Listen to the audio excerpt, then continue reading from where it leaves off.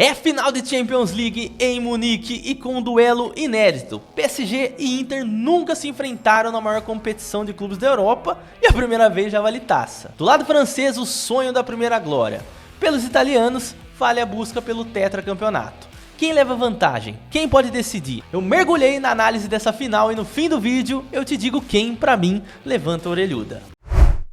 Vamos relembrar um retrospecto dessas duas equipes. A grande verdade é que não temos um histórico muito grande, que eu, por exemplo, não levo muito em consideração, porque foram somente em partidas amistosas. O International Champions Cup, a primeira no Mundialito de Clubes e a última amistoso que a Inter venceu. Inclusive a única vitória da Inter, mas como eu já comentei, não considero, tá? Vamos falar de Paris?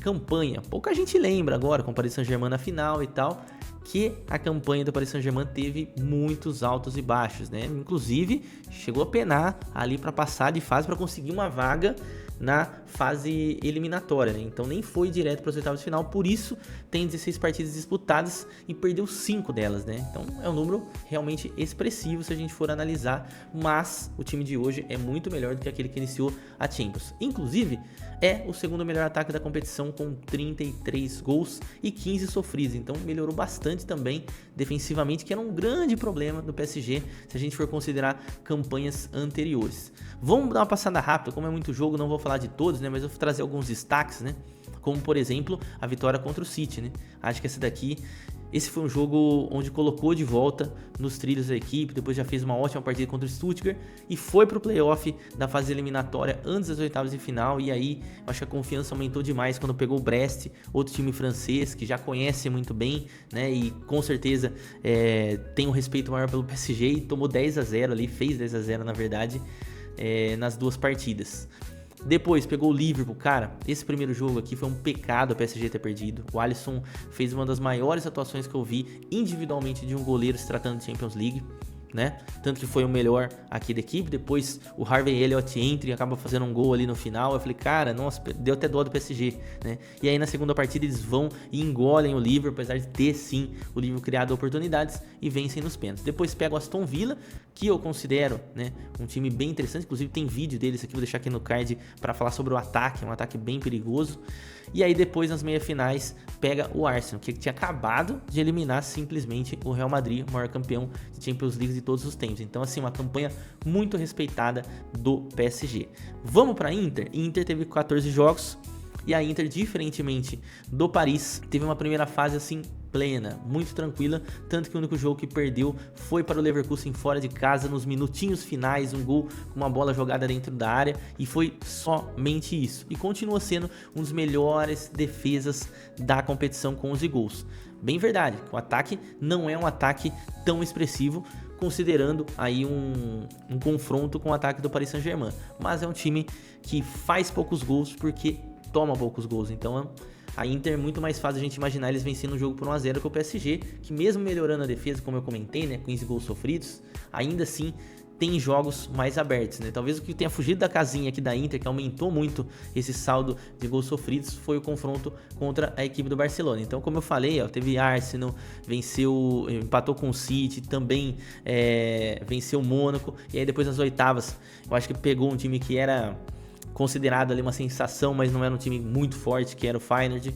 Depois venceu o Bayern, todo mundo imaginava que pararia aqui nas quartas, mas eu acho que o estilo de jogo da Inter fez com que eles vencessem e se classificassem com muitos méritos. E aí, cara, a gente teve 2 jogos malucos, né? Uma das melhores semifinais que eu vi também de Champions League, esse Barcelona e Inter. Com certeza a gente vai relembrar muito, vai ver em rede social lá pra frente, né? Então, uma campanha também sensacional, cara. Quem elimina Barcelona e Bayern de Munique tem que ser respeitado, e esse é o caso da Inter por aqui. Campinho, eu sei que vocês gostam muito do Campinho, comenta aí se vocês gostam. Vamos começar falando do PSG de Luiz Henrique, que tem como desfalque, que eu nem considero um desfalque, mas vale a pena a adição aqui da informação, que é o Presnel Kimpembe, que joga muito pouco, e se não precisasse de um zagueiro, o Beraldo já estava por ali na frente dele, né?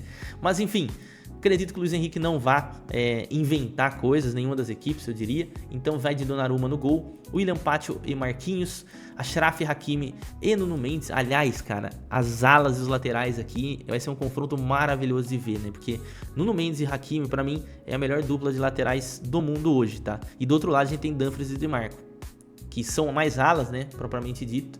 Mas dá pra gente considerar aqui numa comparação, né? Cara, vai ser interessante esse jogo pelas laterais. As duas equipes jogam muito pelas laterais, inclusive. Depois no meio campo com o João Neves, que tá voando o português, Fabian Ruiz e o Vitinha, tá? Que já tá sendo especulado em alguns outros times aí na Europa. E o ataque com o Dembélé, Kvaratskhelia. E aí a grande dúvida, tá? E a única dúvida. Désiré Doué ou Bradley Barcola? Cara,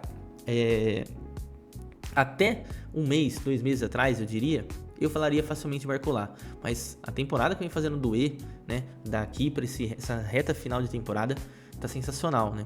Acho até que ele, de certa forma, apesar do Barcola ter feito 2 gols agora na Copa da França, ele é um pouco mais artilheiro.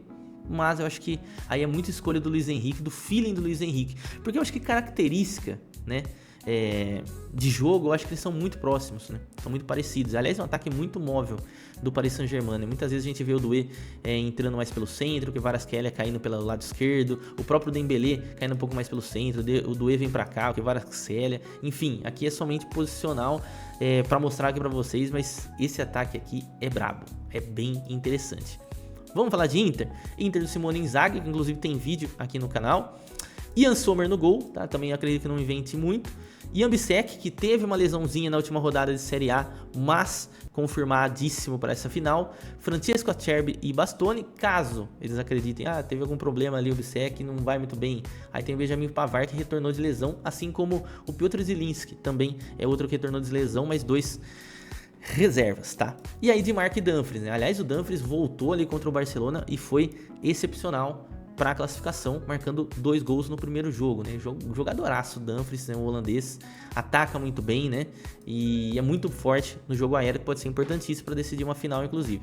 Çalhanoğlu, Barella e Mkhitaryan. Barella, que eu costumo dizer o Iniesta italiano, né? Com devidas proporções, obviamente. Eu acho que ele tem muito estilo de Iniesta, apesar de Iniesta ser muito acima dele. E lá na frente com o Marcos Thuram e o Lautaro Martinez, que me parece bem baleado. Eu acho que esse é um grande problema que a Inter tem. Não sei que tem o Lautaro Martinez não tá legal, tá?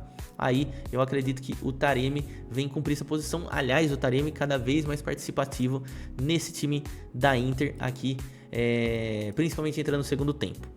Resumo da ópera, o que eu espero pro jogo e meu palpite para essa partida. Cara, imagino que mesmo que a gente tenha visto jogos extremamente abertos envolvendo a Inter contra o Barcelona, não acredito que numa final vai ser dessa forma. Acho que a Inter vai sustentar um pouco mais, vai querer sair mais em contra-ataque, que aliás é um espaço que o Paris Saint-Germain costuma dar.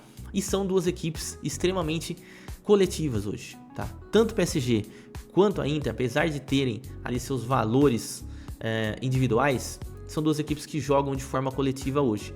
E acredito que quem tiver com o coletivo um pouco melhor e talvez um jogadorzinho para decidir, talvez um Dembélé pro lado do PSG, o Marcos Thuram, que tá jogando muita bola pro lado da Inter, ou o Lautaro, acaba vencendo o jogo. Realmente é uma diferença muito pequena entre as duas equipes. Porém, como eu tenho que escolher aqui, eu sinceramente acho que depois que a Inter bateu na trave contra o City, eles estão merecendo demais esse título. Principalmente por ser um time que joga de uma forma muito distinta. Não que Luiz Henrique e PSG também não mereçam o título, mas por conta de já ter chegado numa final recentemente, com um elenco muito parecido, com poucas peças aí de mudanças e uma continuação de trabalho, eu vou torcer para a Inter, tá? 1-0 Inter, fechadinho. O que vocês acham? Comenta aí embaixo.